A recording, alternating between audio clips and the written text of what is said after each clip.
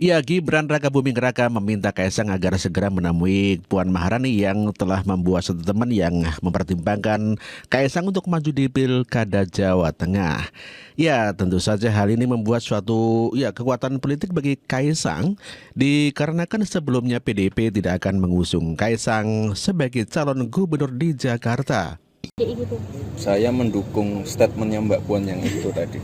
Kalau kemarin di Jakarta juga melihat ini nggak Mas Kaisang, Mas Kaisang di Jakarta Mas.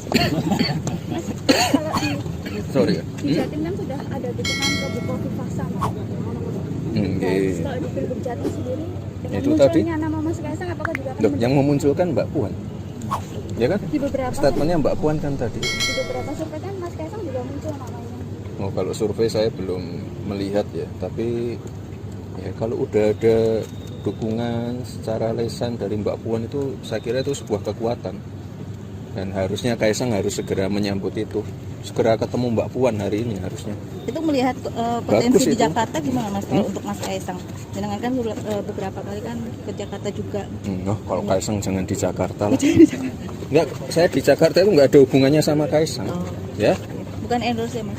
Nggak endorse Mas Kaisang gitu. Ngapain endorse? Ngapain mengendorse dia? Enggak kok, enggak. Orang enggak akan ngecek banjir. Mungkin ini ada ono kali ini dikeruk. Ya, yes, pomne. ada yang Ya. Kaisang mempertimbangkan untuk maju di Pilgub Jawa Tengah dikarenakan Jawa Tengah membutuhkan pemimpin yang bisa menyelesaikan segala persoalan di Jawa Tengah. Jawa Tengah ini kan provinsi yang cukup besar, masalah kompleks, butuh pemimpin yang bisa menyelesaikan semua masalah yang Jawa Tengah. Udah ya, Mas lebih menarik Jawa Tengah atau Jakarta, Mas?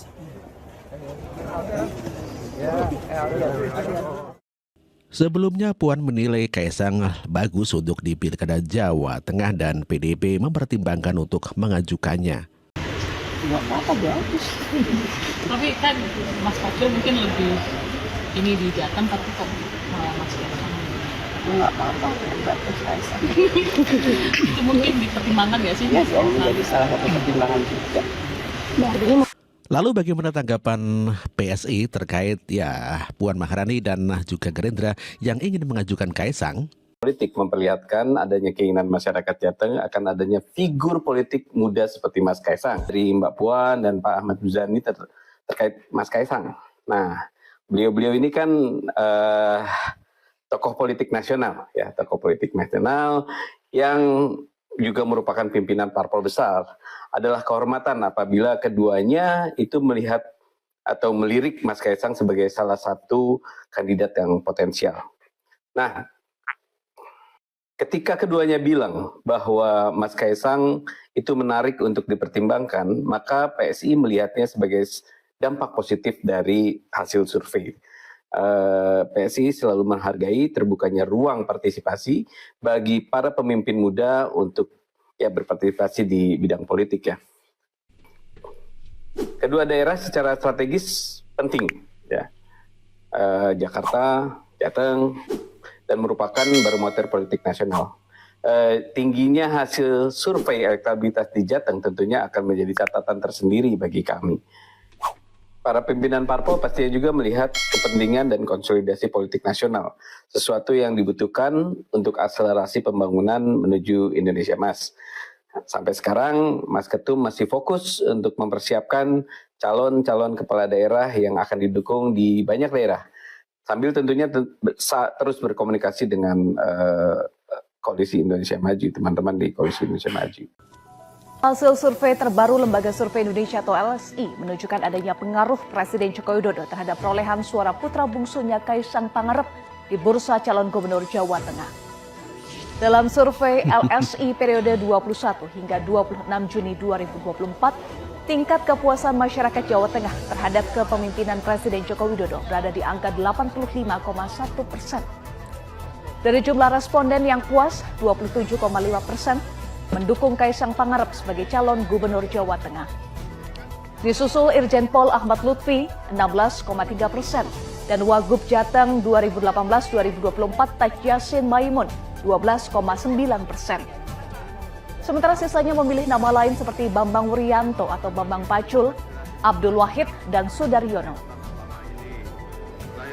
Jelajahi cara baru. Sementara Nasdem malah meminta Kaisang untuk maju di Pilgub Jakarta. Tawaran masing-masing calon, dan misalnya PSI meminta untuk Nasdem mendukung Mas Kaisang, lalu Nasdem misalnya mengajukan calon siapa gitu yang bakal diusung? Iya. Kalau tentunya tadi di forum tadi ya Nasdem, teman-teman juga mungkin sudah mengetahui ya kalau Nasdem sendiri sudah ada mengajukan nama begitu ya, ada 3 nama, Pak Anies, kemudian juga Kakak Syahroni dan Kakak Wibi gitu. Kalau tadi di forumnya tidak ada tawar-menawar teman-teman, jadi tidak ada Mas dukung dong gitu, kita mau majuin Mas Kaisang, itu nggak ada sama sekali. Jadi tadi pembahasannya lebih produktif gitu ya dan konstruktif terkait bagaimana kemudian membangun DKI Jakarta ke depannya di tingkat legislatif gitu. Bahwa kemudian di eksekutif kita juga punya calon yang sama-sama dijagokan, itu sangat-sangat ideal, tapi ya kembali lagi pilkadanya masih sangat dinamis gitu teman-teman. Sebelumnya Kaisang mengatakan bahwa tunggu kejutan di bulan Agustus. Kaisang maju di Jakarta atau di Jawa Tengah. Kalau ada pernyataan kemarin di Jawa Tengah ini cukup tinggi. Kenapa? Akan tertarik nggak untuk menuju ke Jawa Tengah? Kenapa? Maaf. Elektabilitas di Jawa Tengah Mas Kaisang ini cukup tinggi. Ya itu kan ini ya alhamdulillah aja. Tapi baik lagi untuk Jakarta ataupun Jawa Tengah. Seperti yang saya bilang, tunggu kejutannya di bulan Agustus. Tapi sejauh ini komunikasinya udah sama partai mana? Dari PSI udah komunikasi dengan partai mana? Apanya? Untuk apa? Untuk komunikasi Mas? Ya semua, kami komunikasi dengan semua partai. Saya kan ketua umum Partai Solidaritas Indonesia. Pakai ditolak semua. Saya berkomunikasi dengan semua. Udah ya? Tanggapan ini Mas. Teman-teman, ada update terbaru lagi nih terkait mencuatnya nama Mas Kaisang Pangarep, Ketua Umum PSI, dalam perhelatan politik pemilihan kepala daerah 2024 ini. Jadi sempat nih digadang-gadang ya bahwa Mas Kaisang bakal maju di Jakarta. Kini berembus isu bahwa Mas Kaisang berpeluang juga maju di Jawa Tengah. Semua diawali dengan dirilisnya hasil survei dari LSI awal minggu ini ya. Jadi dikutip dari kantor berita CNBC Indonesia, LSI atau Lembaga Survei Indonesia membuka tabir bahwa apabila Pilgub di Jateng dilaksanakan hari ini, maka Mas Kaisang dapat dipastikan menang.